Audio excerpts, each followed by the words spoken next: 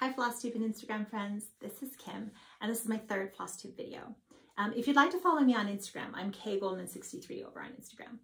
So welcome. I have a few things to show you. I have a finish, I have a whip that I've made some pretty significant progress on, and a few other things along the way. So let's get started. I want to say thank you, first of all, to several Flosstubers who have mentioned me on their channels. The first one is Lisa. Hi, Lisa. My friend Lisa Abby's Needleworks is her channel, and she's lovely. We share a lot of the same interests in the way of she decorates with antiques and thrifted finds. Her house is warm and charming. She has an aviary in her home. She's also a quilter, so she has a lot of beautiful quilts hanging on the wall. She's the one that did that creative clock finish that I mentioned last time with the it was the circular clock face, and she had replaced it with a cross stitch piece, and it came out beautiful. And then this time she has the Thankful, Grateful, Blessed cross stitch piece that she finished, and she has a thrifted tray and some floral along the edge, and it's absolutely beautiful. So I hope that you'll go over there and tell her I said hi. So speaking of thrifting, let me share with you some of the things that I found recently at my thrift store. I know that they had no idea what this was when they put it out on the floor. And it's actually not the complete stand. I'm pretty sure this is the Elan lap stand, but obviously missing the clamp. I did look it up online to see if I had a feeling that I could probably just purchase the clamp portion. And I think that's a doable thing. So in the future, I might look into doing that, but I was pretty happy. I was pretty excited. It was just fun just to like find that and know that they had no idea what they had. But then the other thing that I found that is going to work out beautifully is this clock, another clock. So another clock finish. It actually does work. I cleaned it up and replaced the battery, and I actually like the clock. So I won't be ripping out the guts. It's got the glass on the front, so I'll just be putting a cross stitch piece on the top portion of that. And as I was pulling out my Christmas patterns, I was going through my Christmas file last night, and I ended up just getting all overwhelmed because I have so many more Christmas patterns that I had forgotten that I was hoping to stitch this year, and the list already got long for this year, and so I don't know, we'll see. But I found a few that I thought, I haven't done the math, and obviously I'll have to adjust the size to fit the clock face, but I found a few. Jackie, do you remember this one? I won this from Jackie a couple of years ago now, and I thought, you know, I've been wanting to stitch the little partridge. I thought, well, maybe he would fit, or one of these designs might fit. I haven't stitched any of these yet, and I'd like to stitch them all. A portion of this beautiful design might fit. Again, I'm not planning on doing the Hardinger. I hadn't thought about how I would do this yet, but I have no present plans to do a Hardinger. And then I also thought this one was absolutely adorable. So this looks like a good size. Like if I were to put this on a higher count fabric, maybe it would fit nicely in that square. So we'll see. Next I want to say thank you to Sharon, my friend Sharon. Hi Sharon. Sharon is Magnolia Nana, and Sharon, I've been following her Flosstube since the very beginning. Sharon is absolutely lovely. She does a variety of cross stitch pieces. She is also really good at her book recommendations. I've actually read a couple of the ones that she has suggested, and yes. Sharon is, to me, I always think of that 1 Peter 3:4, that gentle and quiet spirit that is so precious in God's eyes. And that's Sharon. I had mentioned on one of the comments early on when Sharon was doing videos, I said, you know, I just want to sit across the table from you and have a cup of coffee. She's just so welcoming. And so one of the things that Sharon was stitching recently, she has a finish, is the Quaker. Hold on. So she's stitching Summer Quakers. She's finished Summer Quakers, and she did it with the Valdani on the 28 count truffle, I think it was, that she used. And so this is obviously Spring Quakers. Now I saw this one stitched up. I went to visit my aunt in Canada, and she took me to the store that was local to her. She's not a cross stitcher, but you know, I asked her if she would take me, and of course she said yes. And it's Gita's. I know you've heard Stitching Social. Allison and Jennifer have mentioned this store on their Flosstube before. And I saw this on the wall, and I fell in love with it. But I'll be honest with you, the impression that I walked away with was that it was just pink. It was beautiful, and it was pink. And so later on, I don't believe I got the chart at that store, although that I could be totally wrong. I might have purchased it there. But as you'll look, you know, it's not pink. And I don't know, left brain didn't talk to right brain. I don't know. I ordered the Valdani, but I didn't order the cute little balls like Sharon did. You know, she got the little box of all the adorable little Valdani floss all on the little tiny balls. But I ordered I just looked up the colors and ordered them in the skeins and started stitching. And I don't know when the light finally went off that, you know, it just isn't hitting me the way the one on the wall did. And it's not all pink. It's, you know, all different kinds of beautiful colors. But so I stopped stitching it. I put it away, and it's one of those things where it's not that it's not beautiful. I mean, it is, but it just wasn't exactly what I was expecting. And it's a lot of work to finish. It's a very large piece, obviously. And I think I just put it away and said, you know what, I'm just going to think about it. And maybe I'll go back and do a modified version. Maybe I'll just pull out one of the motifs and stitch that in like a variegated pink floss, and all kinds of options, but I haven't made any big decisions yet. So that's that. So then Misty, hi Misty, Luminous Fiber Arts. Misty has shown her latest Christmas releases on her last Flosstube video. And the one I fell in love with specifically was the Noel Rouge. It's absolutely beautiful. And I think the only thing I have to say to Misty is I can't keep up. Misty, you just keep putting out all these just adorable, charming, lovely little designs that I just don't have time to stitch them all as much as I would like to, which is a good problem to have. So, and then Daleen. Hi, Daleen. Daleen is so grateful on Flosstube, SEW. And I'm telling you, I don't even know why I'm telling you. You guys are already watching her already, and I'm just late to the party. But Daleen left a comment on one of my videos, and you know Daleen, right? You just felt like you had been washed by this wave of kindness. She was so sweet. She's so genuine, and you know, she does a smattering of things. She's big on the gardening, her grandbabies, and cooking, you know, or baking, and all the wonderful, you know, gluten-free and all the bad stuff, and yet it still tastes amazing. So I'm catching up on all of Daleen's videos little by little. And the last one that I remember just being floored by was, again, she showed a finish of the Noel sampler. And I had fallen in love with that when Brenda showed her latest finish, right? And now Brenda stitched on the vintage cedar plank. I know Daleen did not stitch on that fabric, but I can't remember what she chose. But it's beautiful. And I think she's finished a Savior's Praise and any number of other gorgeous pieces that I've oohed and awed over since I've been able to try to catch up on her channel. So thank you again, Daleen. Then there's Lisa. Now Lisa is Crossed by Floss.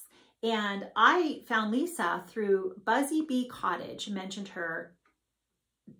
that Lisa mentioned me on her Flosstube. And that's how I went and went over there to check out her Flosstube. And I've already noticed a number of things that we have in common.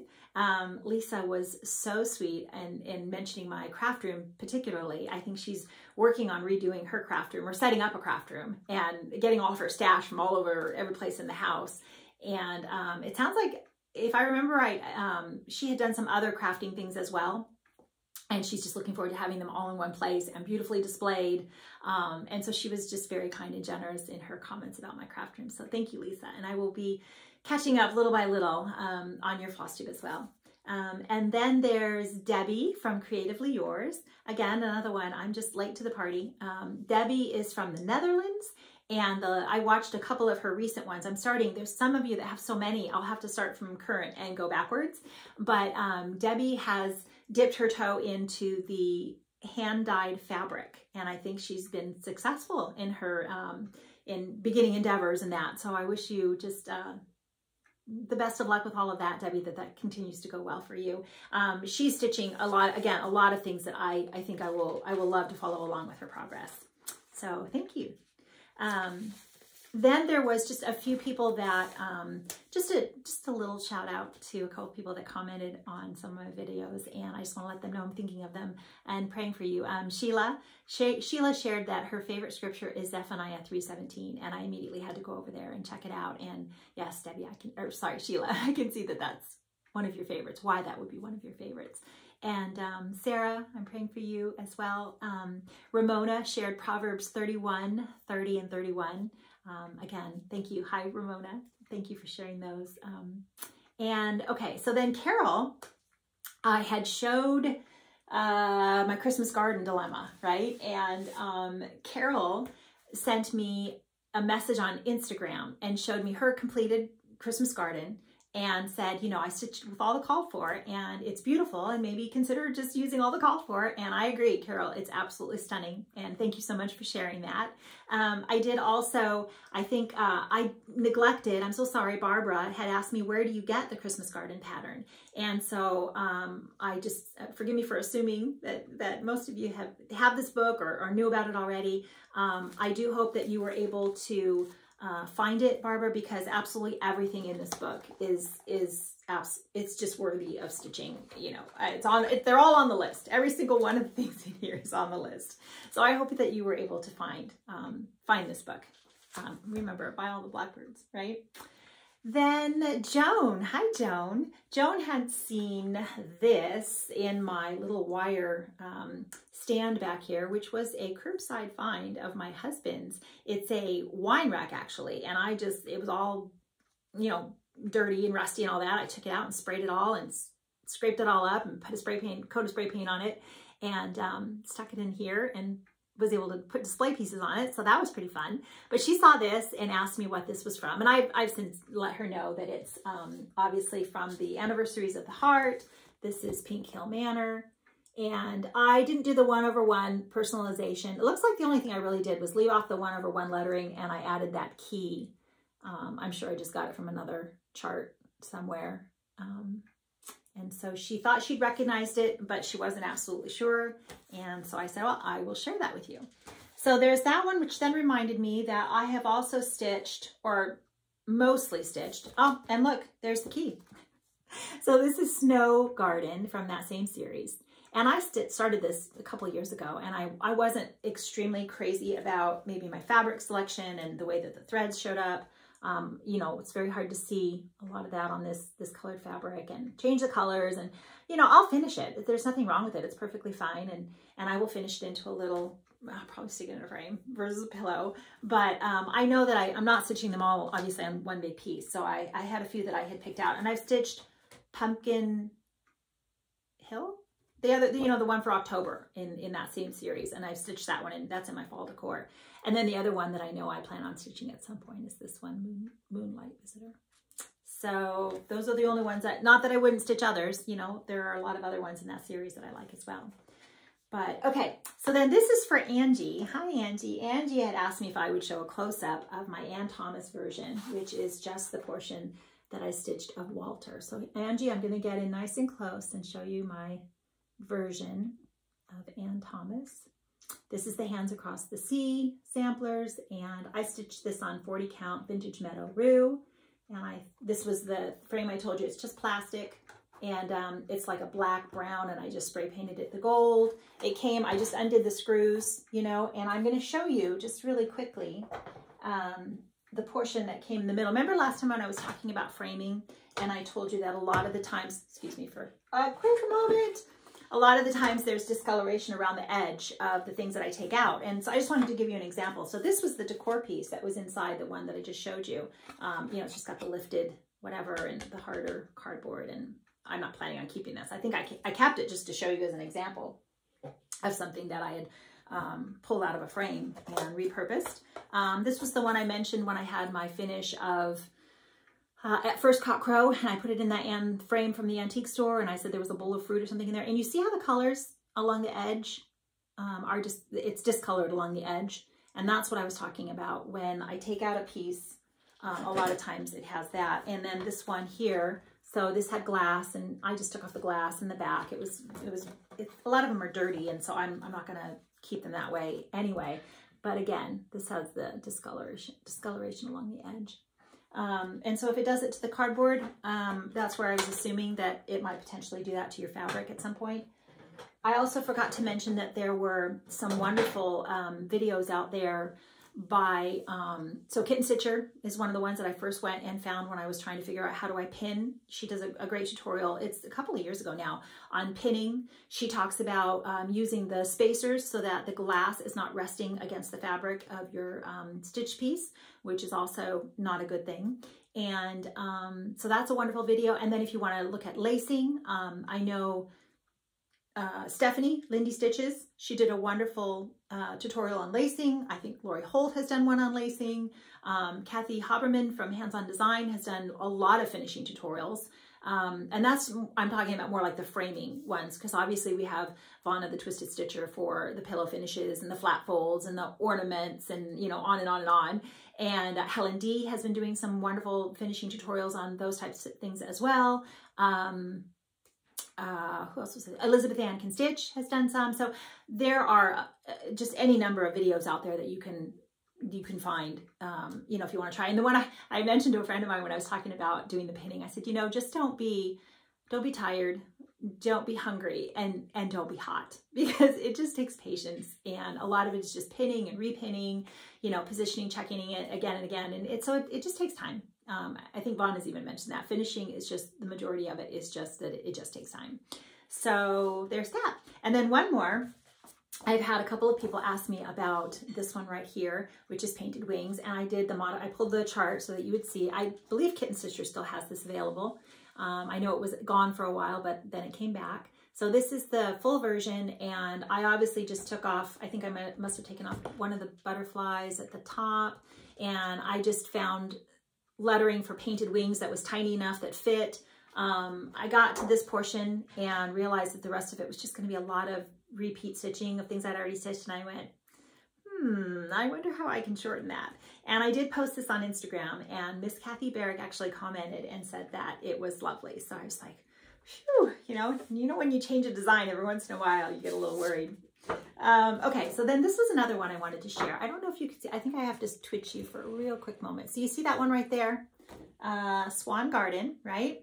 So as you can see, I didn't stitch the bottom portion, right? And it's not that I didn't intend to when I first got it. There's fabric, again, it's just folded up in the back. So if I ever were to change my mind and want to stitch the whole thing, I could. So this one, I loved this one. And why that is a swan and not a flamingo though? Can you please, because it's pink. And I mean, it doesn't look like a swan or a flamingo, but I think I had a problem. I called it a flamingo one time on Instagram. And I think Trisha, hi Trisha, I think Trisha said, isn't it a swan? And I was like, yes, it would be a swan. Anyway, so I stitched that on 40 count Shadow by Picture This Plus. And you know, 40 count Picture This Plus fabric, especially a dark fabric, they have a tighter weave. And I think going forward, I would do 36 if I were to do a darker color. Because when I first got that fabric, and I stitched that a couple of years ago, when I first got that fabric, I think I held it up and just said, are there holes? Like, I don't see the holes. Are there actually holes in this? And I did all the things, right? I put the white towel in my lap and had all the, you know, the lighting and magnifying and all that. And the way I stitched that was every stitch had to butt up to another stitch. And what I mean is I didn't go trailing off anywhere to keep, like I tend to do. Sometimes I'd like to keep it interesting by going off in all different directions. But this one I stitched right next to every other stitch. And if I had to have 4 needles going at the same time, I had 4 needles going at the same time, because that was just the only way I was going to guarantee I wasn't going to get all crazy off and, you know, point of no return. And so I actually don't think I made any mistakes. And if I did, I don't remember, and it looks great. The other one I noticed I made that mistake on was Misty. I ordered some Midnight, I think that's the color, and it's this beautiful, it's absolutely gorgeous fabric, but I ordered 40 count, and because I like 40 count, right? And it's such a tight weave, and it's a darker color, and I think that lesson learned for myself. I would prefer, if I'm going to do that, I'll try the 36 over the 40 next time, especially even with Ale, Picture This Plus Ale. I've noticed that I think it's just so much easier to stitch on the 36 than it is the 40 count. So, okay, so we're moving right along. I wanted to share with you a sal. So my friend Bonnie, Log Cabin Stitcher, hi Bonnie, when she saw me show this, I showed this on my last video and said, you know, I've had it for a couple of years and I haven't started it, and I'm really hoping to start it next year. That's this one, Friends of the Heart. And she saw me show this and said, oh, I have that. And I was like, yes, I saw you show it on your last video. And she said, you know, would you like to stitch it with me and maybe do a sal and see if, and I said, yes, of course I would, you know, stitching with friends. Yes. So I had the fabric already. I don't know if it calls for 36 or 40, probably calls for 36. Let me double check really quick. Yes, so this was stitched on 36 count Ren. And I have Ren, but I have a piece of 40 count, which is perfectly fine. I would have wanted to do that anyway. Now, I know a lot of you love the color Ren, and I'm not saying I don't like it. It's a little more mottled, I think, than I would choose at this point in time, but I have it, and you know, the design is very dense, so not a lot of it's going to show, so that's what I'm going to use, and I think it'll be beautiful. I have some of the flosses, not all of them, but that's not going to stop me. I have a number that I can start in an area that I have the floss for, and I think Weeks Dye Works Onyx is one of the ones I'm having to hunt down, and there actually are a couple that I'm going to have to wait for or stitch around. So we want to invite you to join us. Now we're going to start on Thanksgiving Day, but this is going to be such a casual sal. You know, if you've already started it and you want to get it back out, if you, you know, have it in your stash and you've been, you know, wanting to start it, this is a great time. Start before Thanksgiving, start after Thanksgiving. It's not going to matter. We're welcome, welcome, welcome. So we're going to use the hashtag Our Friends of the Heart Sal. And my friend Bonnie has already posted it, and I've already posted mine. And we've had a couple of people like, yay, they're going to join us. So let me just mention, I know Anne is Busy Bee65. Hi, Anne. She's on board. And Pam, which Lacey, L-A-C-E-Y, Stitcher, Pam, hi Pam. She has a small start, and so she's excited to have a reason to pull it back out and get going again. And then a couple of people, now Lynn is Crafty Gypsy, and she showed her finish. And Michelle, Stitching by the Moon. Hi, both of you. Hi. She showed her finish as well, and it's absolutely spectacular. You know, it's a beautiful piece. It's beautifully stitched and framed, and we're very excited. So hopefully some of you will join us. So, okay, so I have my list, so I don't forget anybody, and I think we are all good to go. So let's move on. So I have a couple of people that well, one in particular that I want to mention, as she had commented again on one of my videos. This is Carol. Hi, Carol. And she's Rosebud Stitcher, both on Instagram and Flosstube. And she mentioned, you know, I just started a Flosstube as well. And I said, oh, I'm running right over to say hi. And within the first, you know, I started watching her first video, and yes, subscribe. Yes, thank you very much. She has a really, especially her first two videos, I think she gives you a really good feel of what she stitches, you know, goes through a whip parade, and a large variety of things. Two of the ones that stuck out to me very specifically, she's stitching the Farms of Hawk Run Hollow as a memorial piece for her father, and she's personalizing it for him and the family. And then she's stitching Pink Hill Manor as a memorial piece for her mother. And they're both really just very beautiful. But like I said, she stitches a lot of things, and she's lovely. So I'm all caught up, Carol. I need another video. You know, she didn't do terribly long ones, and I think there were maybe 5, maybe 6. But anyway, so go say hi to Carol if you get a moment. Okay, so I have another past finish that I want to share with you. Now, Sherry, Colorado Stitcher, hi Sherry, I know you're all watching Sherry. She showed this on her very first Flosstube, and I commented to her, I said, oh, I stitched it that way too, all in one row. And so I'm going to share with you my finish. This is the Summer Schoolhouse Series, Ava Sidarian, Brenda Gervais, you know, you do them on all the pillows, but we both stitched it all as one piece. And Sherry was much smarter about how she went about the process of putting it all together on one piece. I highly recommend you follow her and how she explains how she did it. Mine was a lot of cutting and pasting, and you know, I reversed the design for this last house because I wanted them facing each other for some reason. I don't know. And everything just kind of kept getting added as I went, moving things around, and anyway, I think it came out really, really cute. I did stitch this on the 28 count Mushroom Lugana, so it's the 1/1, the little tiny, tiny, tiny. And I remember asking my friend Brenda Holmesman, hi Brenda, and said something about, you know, 1/1 and you can't pierce the thread. And she's like, yes, you can. And I'm like, oh, okay. So in order to do like a pin stitch and whatever it was, you know, to be able to anchor it. So excuse me while I put this back here again. But I thought I would share that. Okay, so now I have just a couple of stories, so you can just stitch and don't need to look up for a little while. One of the things, it's just foolishness. You know, you want that 3 seconds back, right? You just want 3 seconds back. So my husband and I are walking in the mornings, and one of the things that I like to do is I like birds, right? If birds are flying overhead, they're doing anything, they're acrobatics and, you know, whatever it is, I tend to watch them until I can't see them anymore. And I'm walking and I'm looking and I'm walking and the bird's right over my head, and I thought I had the curb, you know, and I was straight shot, good to go. No, I hit the curb, and I'm pretty tall. I'm like 5'9" and something, right? And I went flat, like straight down on my hands, right? And the pain in my wrists and the back of my hands and my fingers, I mean, just it hurt like really bad. And you know, I was just resting for a few minutes and just said, just give me a few minutes, nothing's broken, we're all good, you know. So we're walking back, and I remember mentioning to him, I said, oh my gosh, I was just watching this Flosstube, you know, and I was watching Liz Matthews, right, from Liz Matthews, and she was sharing her story about how she'd gone roller skating recently, and she was thinking, oh, I have to protect the moneymakers, right? And I was laughing because she said, I didn't have to do that when I was a kid, you know, roller skating. And I thought, you know, I was telling him the same thing. I said, when I was a core reporter actively working, I had to be very careful and, you know, think about some of the things I would do as to whether that was potentially going to be harmful for my hands, because I hurt my hands, I can't work. Walking wasn't one of them, but regardless, I remember thinking that used to be a thing. So anyway, so I had hurt my wrists, and that kind of curtailed stitching for that day. It also got me out of scrubbing pots that evening after dinner and the sink. So those were about the only 2 good things that came out of the whole thing. I don't recommend it. So I hurt my wrists, and that kind of put me behind a little bit.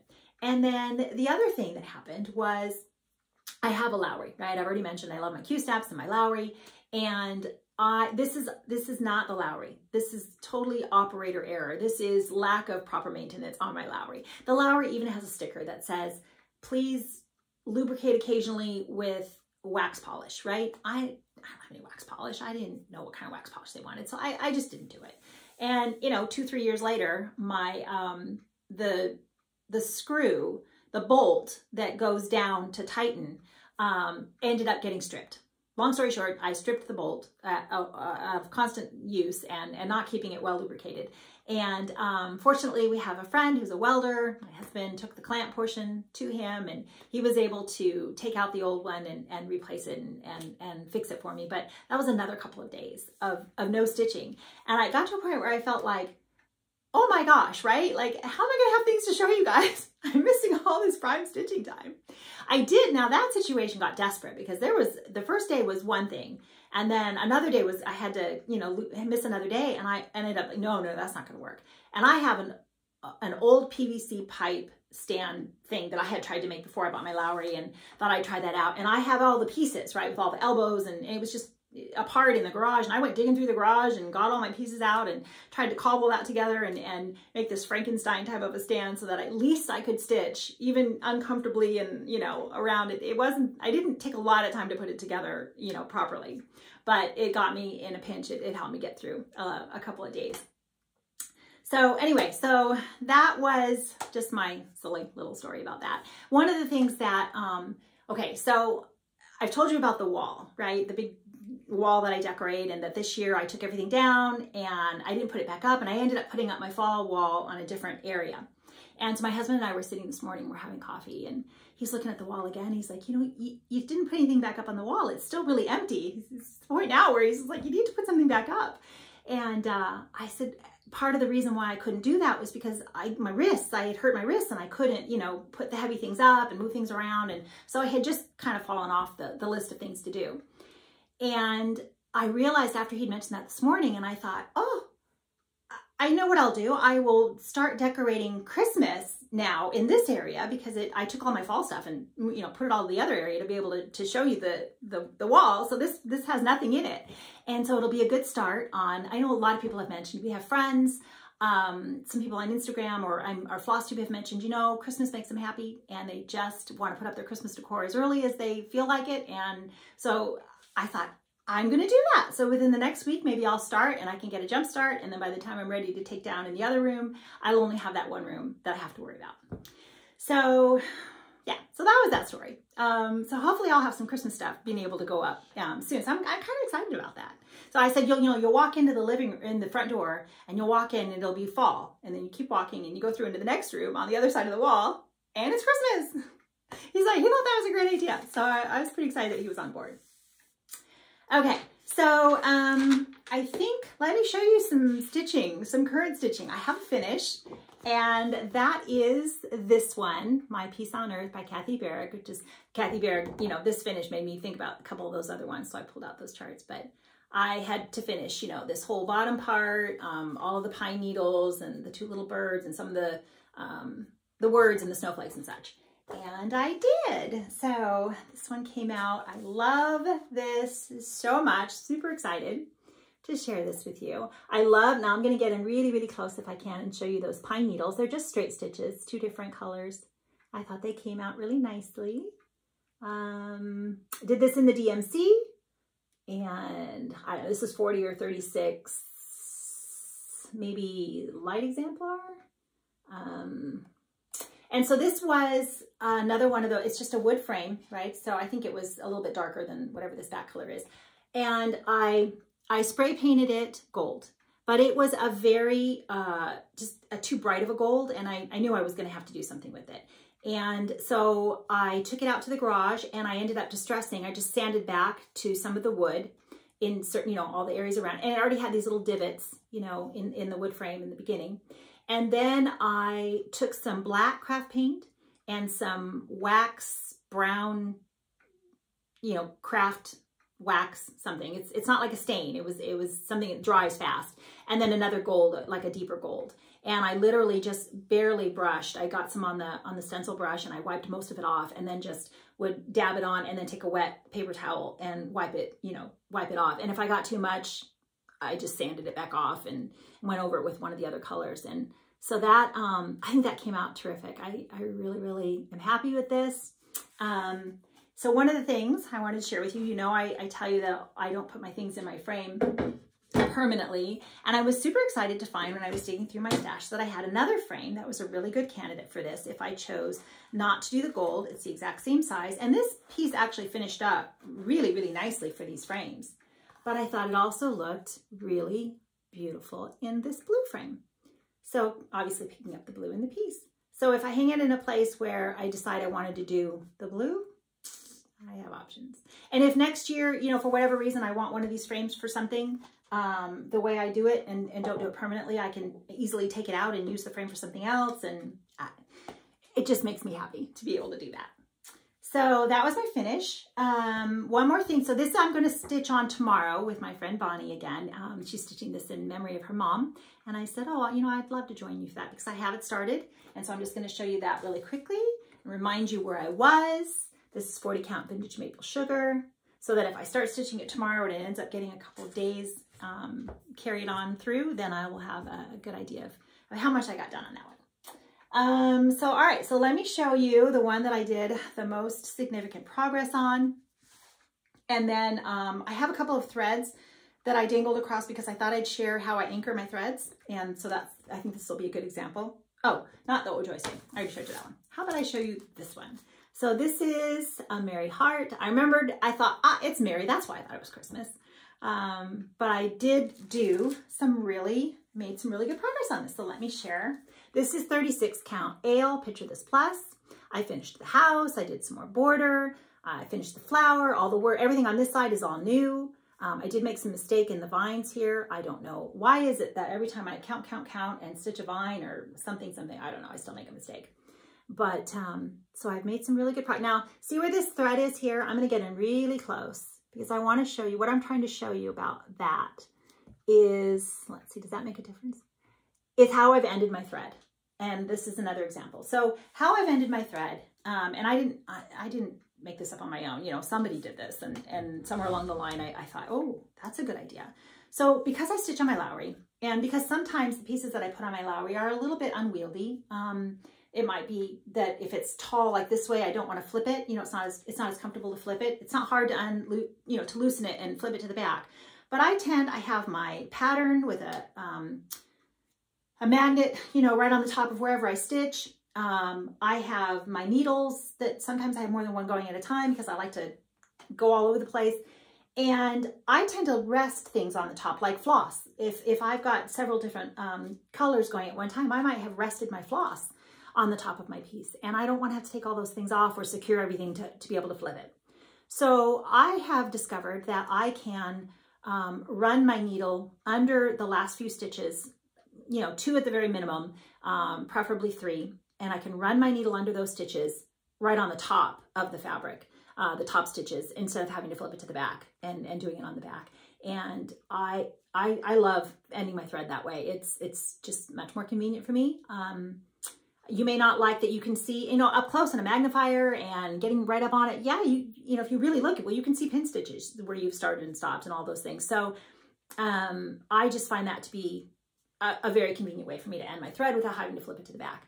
And then the other one is, so say I've got these threads dragged across the top. What I'll do is, so I'm stitching, I've ended with that color, I don't have enough floss to go any farther, or it's starting to fray and I don't like it. I will drag the floss, you know, across the back and poke it up. So I'm doing this from the front, obviously. So I'm just pulling my needle across, pulling it up to the front, and I will drag it across the area that I have yet to stitch, so that as I cover this area with other stitches, it will get, you know, crossed over. And then if I can drag it far enough, if the thread is long enough, and I can drag it across the stitched area so that on the front, you know, it's going to be off of the finished, like say the finished border, and the floss is far enough over, then I don't even have to stop to cut it as I'm stitching. I can wait until I'm all done filling in this area and I have all the, you know, the floss around the edge, and I can just flip it to the back then and go cut off all the extra pieces that I have, you know, trailing. So, and I try not to, I only drag, you know, I try not to drag light colors where dark colors will pick up, you know, reds and whites. You kind of have to be careful about where you're dragging your floss, which is why I will either run it under if that's just the better way to go. But this one I'm going to be stitching all the same light colored floss in that other area. So it's going to be covering over light colored, and it won't drag and pull, like I say, a darker color up through. I hope that makes sense. So yeah, so I was pretty happy about that. I do have, I don't have the fancy, you know, camera abilities to show you. I wanted to show you or describe to you how I start my floss, how I start a stitch. And I'll try verbally to do it. And if it doesn't make any sense, you know, maybe I can try again in the future if you're interested. You may not even be interested, but I will just briefly try to describe it. So say I am going to start my X, and I'm talking 2 threads of linen, okay? So say I'm going to start my X and I'm going to do a row. So I will come up about 3 stitches down from where that X is to start. I come from the top of my fabric. I go down the center of where that X is going to be, eventually covered, you know, 3 stitches down. I go down the center. I drag over to where I want to start. I come up the center of where that X is going to be. Come up the center. I go down the top right. I come up the bottom left and back down the top right. So I basically just made one leg of the X. And then I can either go across and come back, or I can go X by X. But as I'm doing that, I'm covering over, you know, I've left, it's an away knot is basically what I'm describing, right? But I don't make a knot. I don't have to hold the floss on the bottom where I can't see it. And I don't know if I've caught it because I'm not stitching in hand where I can easily check it. If I start from the top and I pull the floss as close to the fabric as possible without pulling it all the way through, then as I'm stitching, I don't even have to stop and cut off the away knot. I literally can just stitch right over it and it's covered. That's the best way. That anchors it securely, and that's just a really easy way to start. If I'm starting and I have to start at that specific stitch, so it's basically you would start with pin stitch, let's say, right? My very lazy and modified version, and I just try, or don't try, but I will go down the center of where that X is going to cover, right? The center. And I go down the center, I come up the bottom left, and I pull the floss as close to the fabric as I can. I leave just a smidge. So I come up and then I'll make my first leg, come up the bottom left, go down the top right, and make my leg. And as I'm making that leg, I'm crossing over that little smidge of floss that I've left at the top.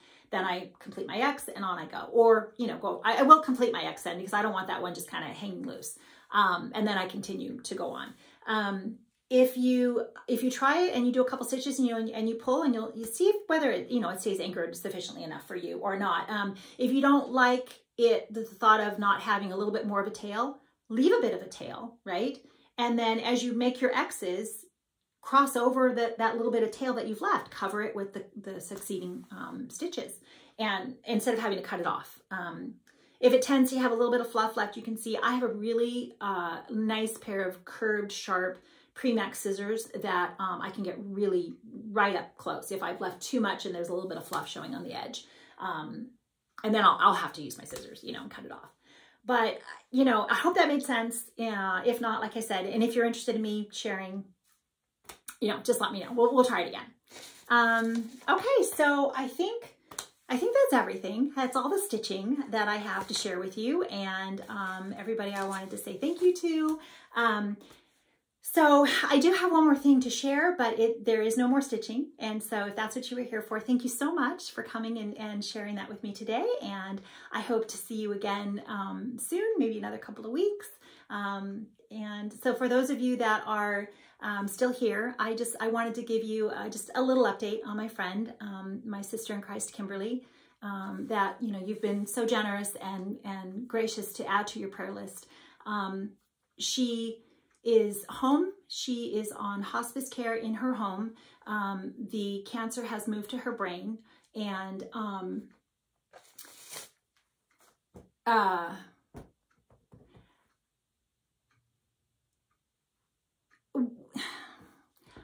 I got to see her the one time I got to go and see her at her home. She was sleeping, and so you know, I prayed over her, and I told her I love her, and I sang to her, and I left, you know, just asking the Lord, please, I would just love to have the opportunity to talk to her one more time, you know, to see her awake one more time.